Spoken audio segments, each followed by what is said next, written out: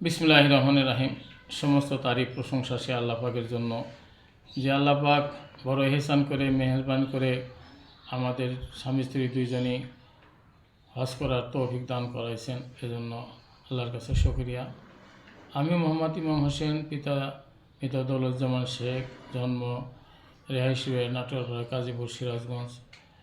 আমি প্রাথমিক শিক্ষা অর্জন করি নিজ গ্রামে, তারপর PSC Ghatishkuasha, SSC Tarakandi, HSC Chandanbaisha. সহজে কর্মসংস্থানের জন্য আমি সিরাজগঞ্জ ডিএমএ ভর্তি হই। সেখান থেকে আমি ডিপ্লোমা পাশ করার পর 1 বছর ইন্টার্নশিপ করি। তারপর নিজ গ্রামের দরিদ্র অসহায় মানুষ সহ সাধারণ মানুষের আমি চিকিৎসা সেবায় নিয়োজিত হই। 1988 সালে আমি সরকারিভাবে চাকরিতে নিয়োজিত হই। এরপর এই দুর্গম সময়ে চাকরি করতে করতে আমি এই দুর্গম শহর, বিশেষ করে গাজীপুরের চরাঞ্চলের 6টি ইউনিয়ন এবং সিরাজগঞ্জের 2টি ইউনিয়নের মানুষ চিকিৎসা বেহাল অবস্থা, এটা উপলব্ধ করে আমি এবং আমার স্ত্রী দুজন মিলে একটা স্বাস্থ্যকেন্দ্র, সার্বক্ষণিক চিকিৎসা কেন্দ্র স্থাপন করি। আমার মা এবং আব্বার নামে আমিনাদুল্লাহজামান মানব সেবা হাসপাতাল। আমি এই চিকিৎসা করতে গিয়ে আরও কিছু সমস্যা উপলব্ধি করি। দ্রুত রোগী প্রেরণ, দ্রুত যোগাযোগের জন্য এই বিশাল নদী পারাপারের জন্য আমি সর্বপ্রথম জনস্বার্থে একটা স্পিডবোট ক্রয় করি। যে স্পিডবোটটা এই রাষ্ট্রীয় কাজ সহ সমস্ত জরুরি কাজে সহায়তা করত।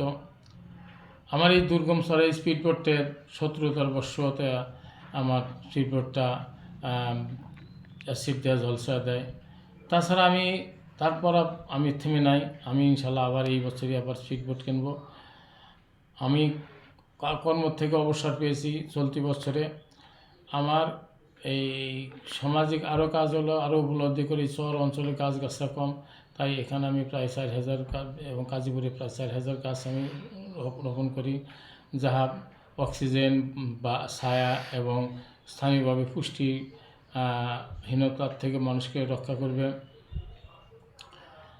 তাছাড়া পরকালের জন্য মানুষ সব কিছু আশা করে। আমি কাজীপুরের সর্বপ্রথম একটা মহিলা হাফিজা মাদ্রাসা ইতিমখানা স্থাপন করি এবং চালে আসছি। আমি এবং আমার স্ত্রী দুজন মিলে এই কাজটি করার আমি কিছু সামাজিক স্বীকৃতি পাই। 2012 সালের প্রথম আলো 2 জন আমাদের কার্যক্রম নিয়ে বিস্তারিত লেখালেখি শুরু করে ছুটির দিনে।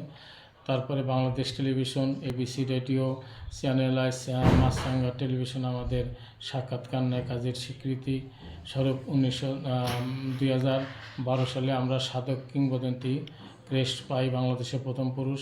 তারপরে মাছরাঙ্গা টেলিভিশন 2015 সালে আমাদের কীর্তিমতী হিতৈষী পুরস্কার সম্মাননা প্রদান করে এবং 19 সালে জয়িতা এবং 24 সালে আমরা স্থানীয়ভাবে অ্যাওয়ার্ড পাই।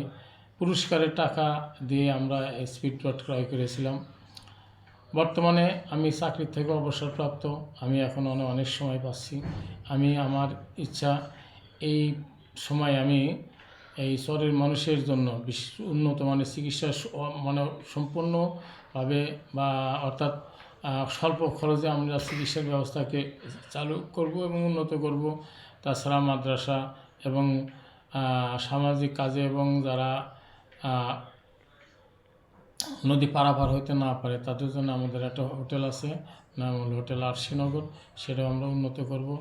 আমি এই জন্য আপনাদের সাথে কথা বলছি যে আমি সবেমাত্র হজ পালন করে এসেছি।